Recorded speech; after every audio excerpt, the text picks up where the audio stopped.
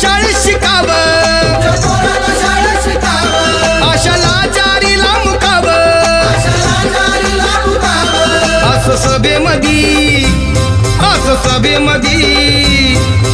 सभेमधी भाषण व मान, मग कुणी नाही केलं भलं व मान, अग दिल्लीचं दालन खुलं व मान,